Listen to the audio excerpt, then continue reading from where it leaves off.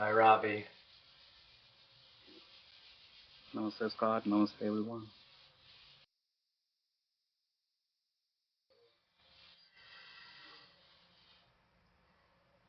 I thought I would just start off with the simple definition of non-duality. We can just start just right at the base of the message. Non-duality is the English term for the Eastern philosophy of Advaita Vedanta, which comes out of India. And Advaita literally means not two. It literally means one without a second. So it doesn't acknowledge anything other than itself, which is non-dual. So Advaita and non-duality are the same words. And Vedanta, we in the West might call it a philosophy or a body of knowledge. But in India, it's more of a way of being. So Advaita Vedanta is a way of non-duality, or a way of one, or a way of oneness. And everything about this message is pointing back to this one reality, which Advaita says is yourself. That you are the one reality that Advaita points to. And self, of course, with a capital S here, is equivalent to consciousness or awareness. And because we all know we're aware, then we have a direct conduit back to the non-dual experience that Advaita Vedanta points to. It goes on to say that this one substance of yourself is the experience of peace, happiness, love, contentment, joy, fulfillment, and so on. That it is the ultimate goal in life, because it contains everything that we're after out in this world. Because if we notice, everything that we do in life is to try to gain contentment, try to gain wholeness and fulfillment so that we can be content.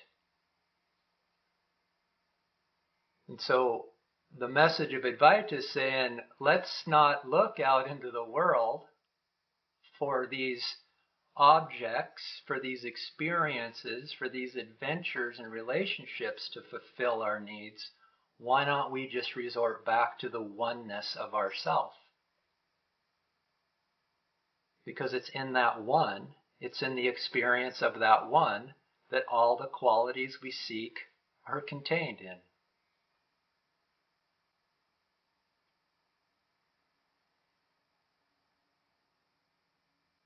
So let's put an analogy around this one.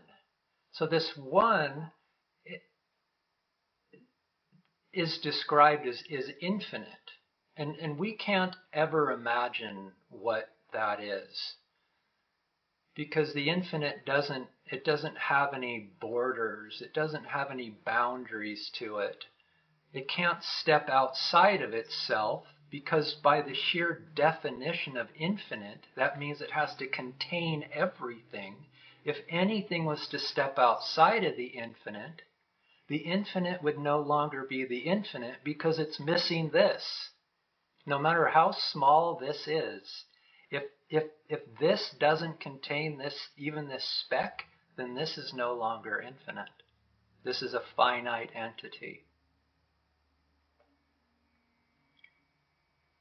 So we as our egoic minds can never step out of the infinite to know the infinite as an object. So we can't step out to look back upon the infinite, to know it and understand it and label it.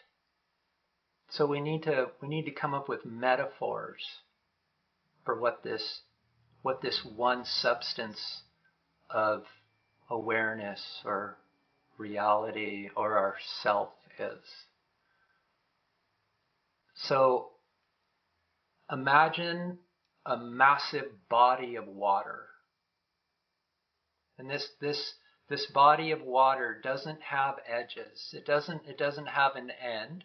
But of course, to our mind, when we imagine it, we can't imagine anything else. It just in the imagining it, we have to imagine some sort of an edge.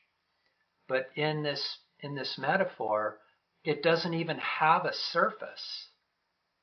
So, because again, that would mean that there's boundaries to this.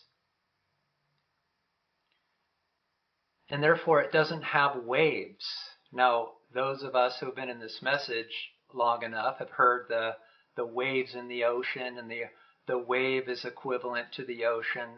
But for there to be a wave, there has to be a surface, and there has to be some sort of a backdrop, a horizon to see the wave. Now you have duality. So there can't even be waves unless they're somehow contained within the one substance. So this substance, since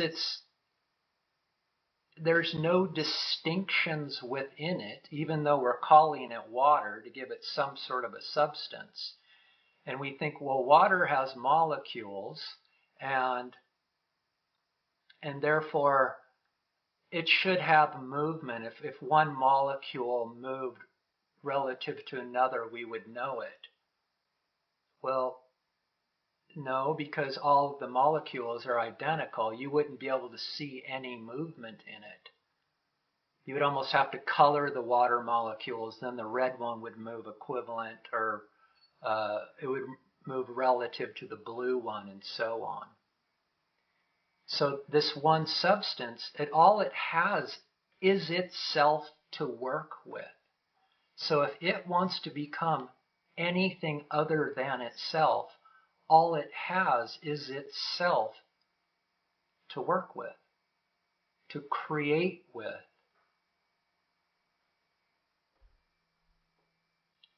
And so within this one substance, it can have movement. It could have like currents in it. Yet it's only currents relative to itself. Even the current is itself. It could have eddies in it or whirlpools in it. But the whirlpool in the movement is still nothing other than itself. It could create forms of itself. It could condense itself down into a form, like an iceberg, so to speak. But even though when it does that, it's still nothing other than itself, appearing as ice.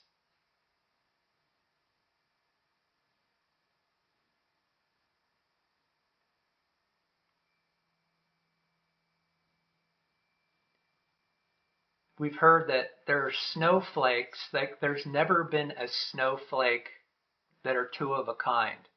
And if any of us who have been around snow, that is unimaginable, because there are billions of snowflakes that fall, and if there's never two of a kind, that's just unbelievable. But back to our metaphor. If the water wants to appear as creation, as a manifestation of itself, it can only has itself to do that in.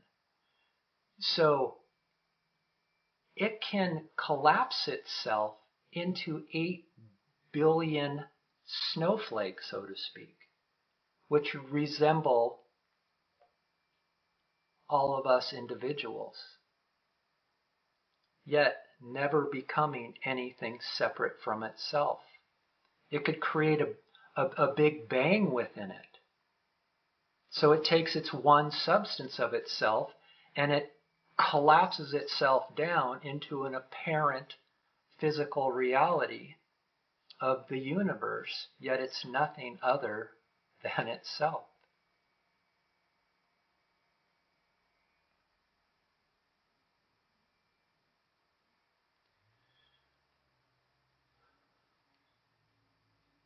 The message at the basis of this is that separation is impossible.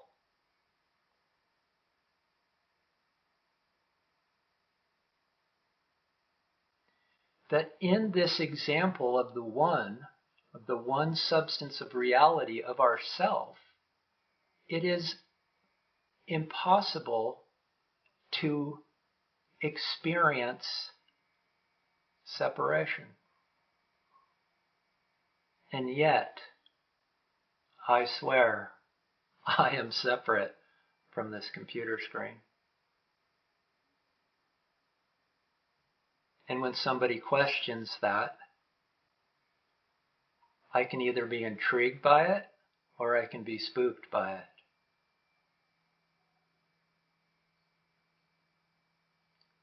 So where this leads is to, if separation is impossible and all there is the unified source of the one, why do I feel separate? Why does it feel like I am contracted in here, I end at the skin, and then there's everything else other than me? And it appears that there's a world of objects.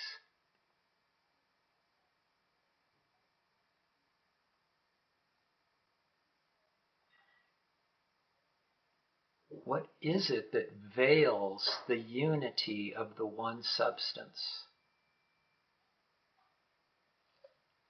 Well, this is where we would say the rubber hits the road. It's literally in the sense of individualism that covers the unity of totality.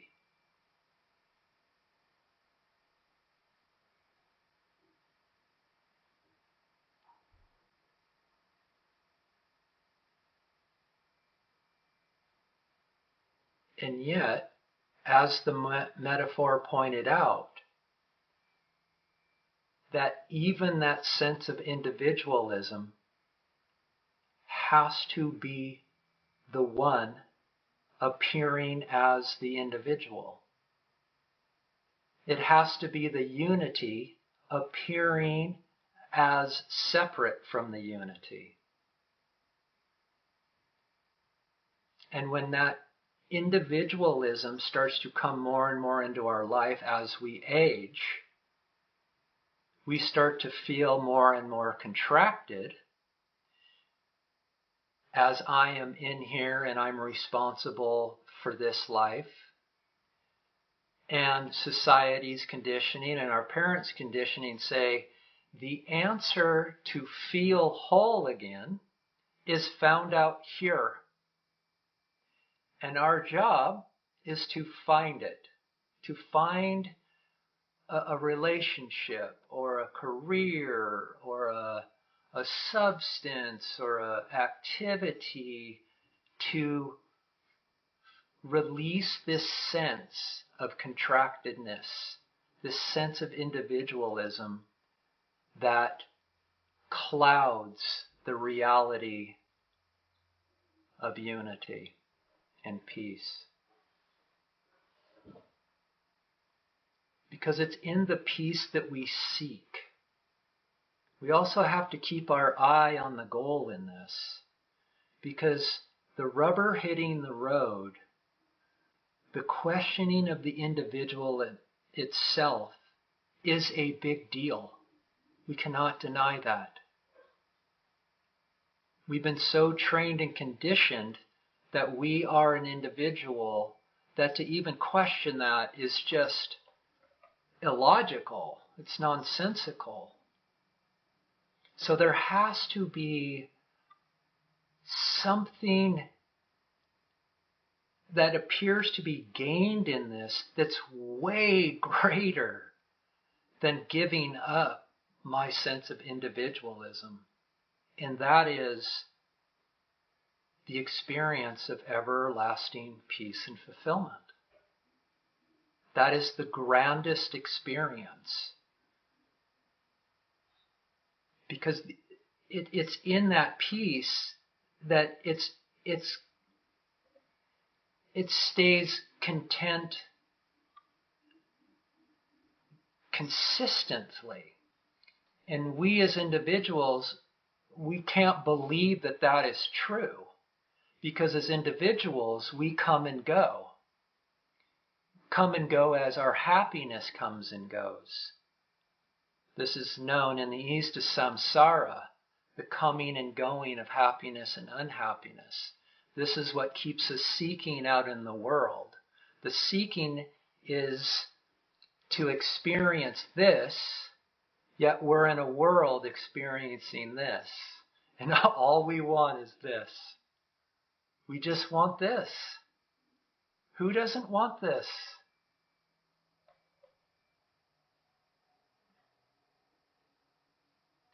So the message of non-duality is about exposing the mechanism of the one reality and pointing to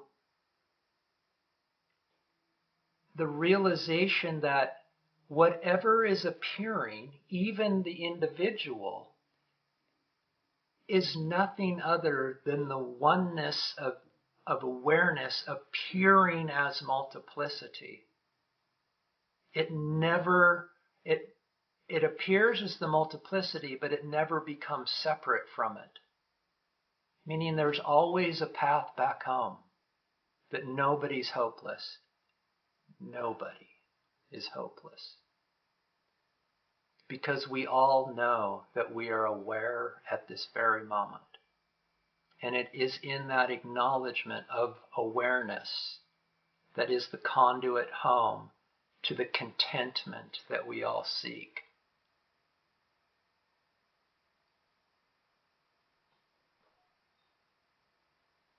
So non-duality is bringing this to a realization that there is only one,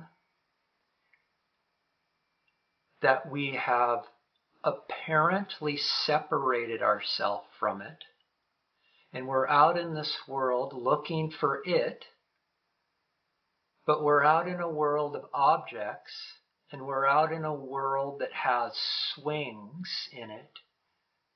And when you start to pull the curtain back on how this is actually working, now you have the tool set, you could say, to start to disassemble the mechanism back, reverse engineer it, you could say, back to the wholeness of yourself.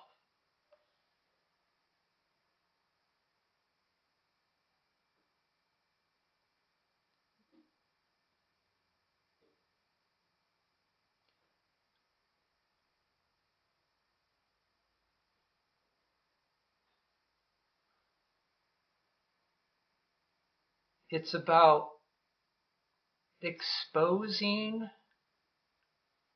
what is false to reveal what is true.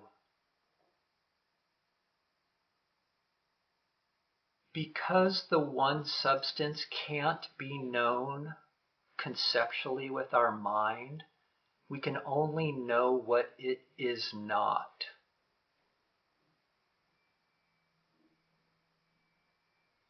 And by allowing ourselves to relinquish what it is not, we slowly come back to what it is. It's as if we gain trust in this message.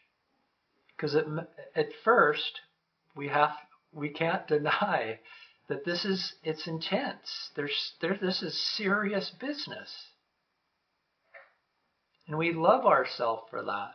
It's okay. We don't deny anything. We don't deny anything in this message. This message is about learning how to accept everything unconditionally as it is. Even the fact that we have forgotten who we are and we're running around this world looking for it. That's okay. That's apparently how it's working. But the more time we spend in non-duality, and the more time we do read about it and listen and apply it, we literally do start to let go. Maybe even unknowingly, to come back closer and closer and be more and more at peace with the message itself. We let go of what is not real to remember what is real. This is known as neti neti. Some of us might have heard that. It means not this, not this. I'm not this, I let that go. I'm not this, I'm not this, I'm not this. So what's being let go? All of our identities, all of our attributes, our aversions, our attachments. We start to learn that these are just identities we've created in the world to try to find this. And that's okay. That's okay that we've done that. Because that's what we've been told to do. And yet the closer you come back to yourself by relinquishing what you are not, the more at peace you'll be with yourself and the message of non-duality. But it takes willingness and it takes courage.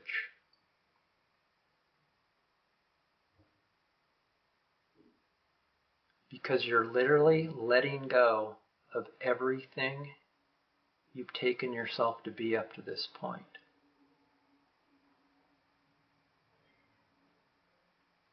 And that's serious business to an individual.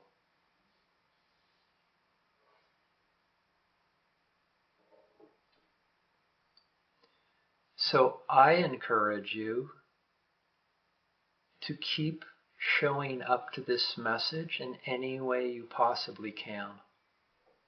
Whatever that means. And tinkering, you could say, with what it means to let go of all of my identities, my beliefs, my biases, my judgments.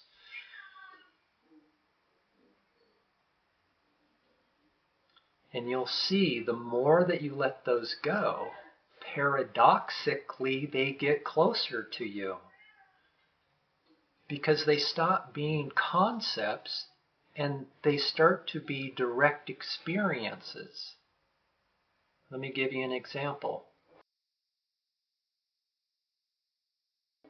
We'll go right to the heart of some of the biggest identities that I have. I am a man. I am a husband. I am a father. I am responsible. I have integrity. These are all concepts to a mind.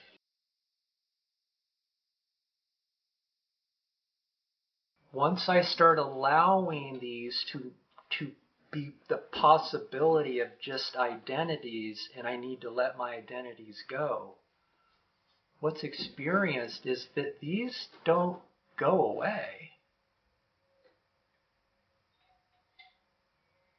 They become intimate as me. And so now you could say they go from a noun to a substance, to something that was solidified in a concept, into a verb of them. So manine is happening. Fathering is happening. Responsibilitying is happening. Believing is happening. Integritying is happening.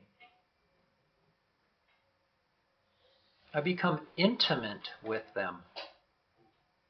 But they're not things that I have. I don't add these onto myself anymore.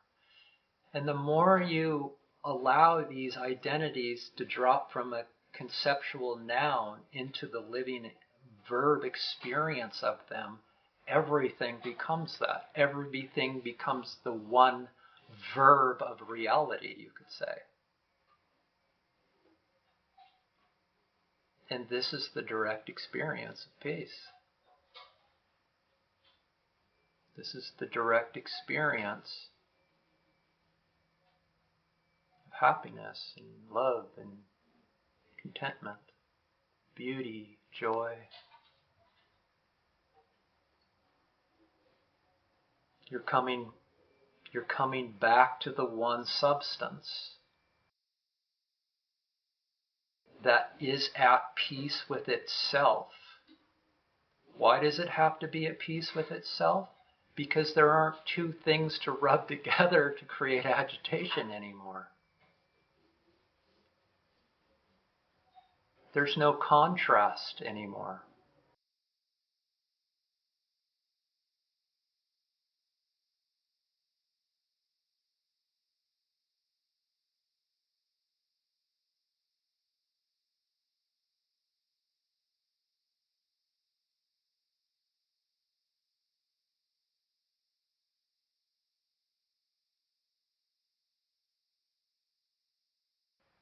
Let's do a direct pointer exercise. I'll kind of tease ego separate from self, so you can get an idea what self is, what the infinite is.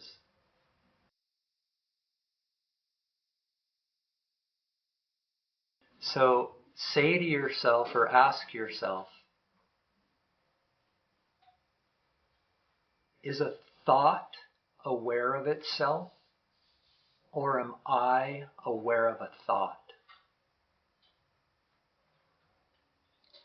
Can a thought sit on a table and be aware of itself?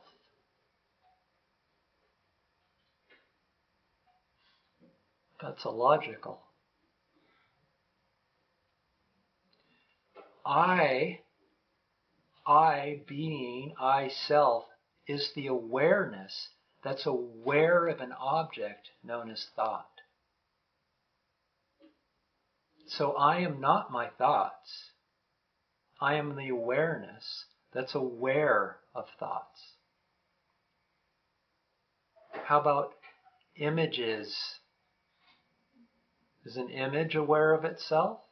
Can it sit on a table and be aware of itself? No. It is I, the aware one, who's aware of an image. How about a mind? Is a mind in and of itself aware of itself, or am I aware of my mind?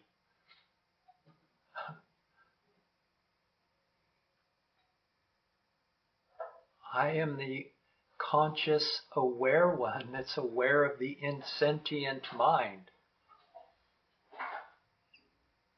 How about your body? Is a body aware of itself? Does the body say I? Or is it I, the sentient one, who is aware of my body? Even though these things are very close, you could see that there is still some distance there. There's the awareness that's aware of an object within awareness. This applies to sensations. This applies to emotions. So I just covered the mind piece. Like the mind is anything that mind stuff, memories, ideas, problem solving, anything that falls into that category. And your body is anything, your emotions, your sensations, your feelings. These are all insentient. They are not aware of themselves. It is I, the sentient one, the one who knows itself, that's aware of these objects.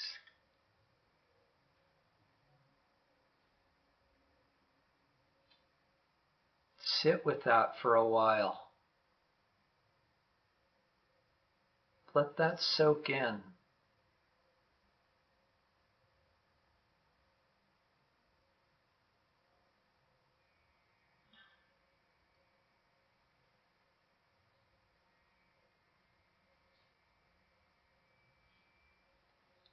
That these objects in awareness, they're insentient. And it is I, the sentient one, who is aware of them. Therefore, none of these objects are who I am.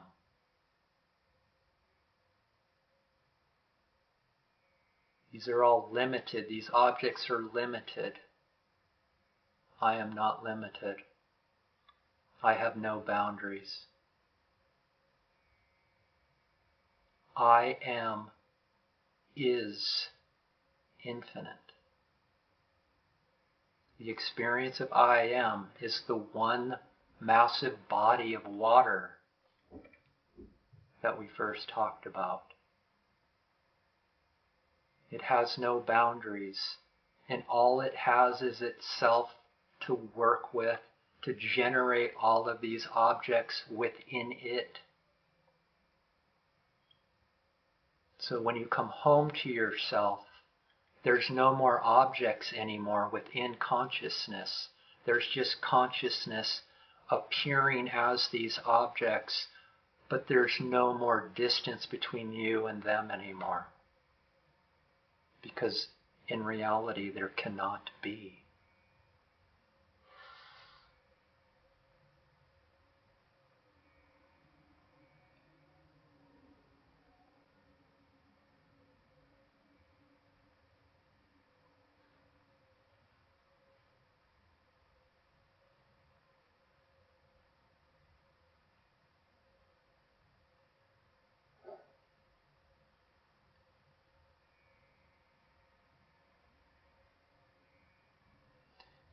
You are much more glorious than you've taken yourself to be.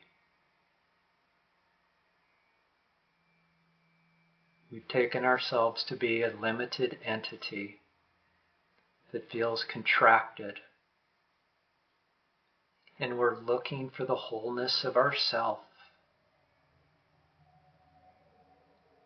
And now that we know this, we know that there is a way to disassemble it, to experience the infiniteness of awareness. And this whole thing is it's a revealing of love. Everything turns into love. You love that you know the answer. You love that you understand why you become who you become. You understand why you suffer. And it's in that understanding that this love just boils up, because now you know the answer, the solution. And the more you let go, the more peace and happiness is experienced, and the more you love to turn within to experience that peace. It literally is the more you let go, the more peace you experience, and therefore the love to let go grows more and more, because you experience peace and happiness more and more. And it just turns into this infinite loop of love and happiness. Love and happiness. Until this also collapses. So what is that love? The love to know who I am. It's in the self-knowledge. It expresses itself as peace and all of these beautiful qualities of itself.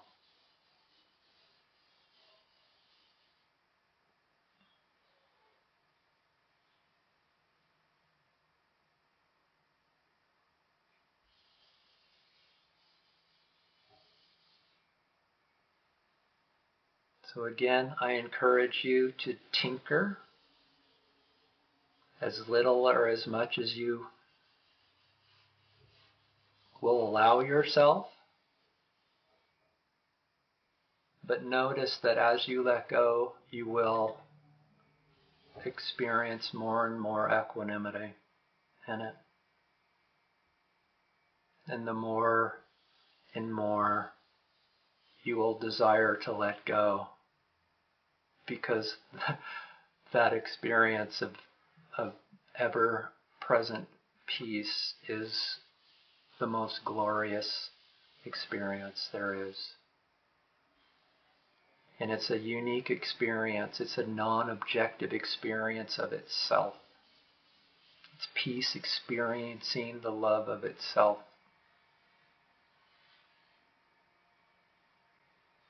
So anytime you have an agitation or an issue in life, the solution is here. It's never found out there. It may appear to, but as we all know, it's only temporary. And self delivers the permanent experience.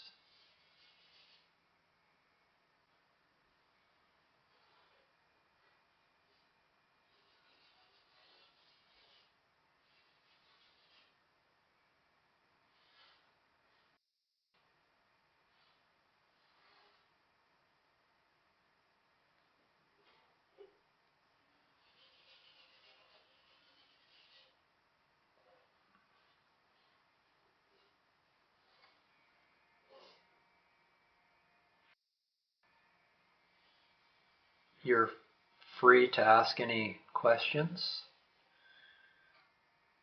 We can sit in silence as well, but if anybody has any questions, feel free to unmute themselves and ask away.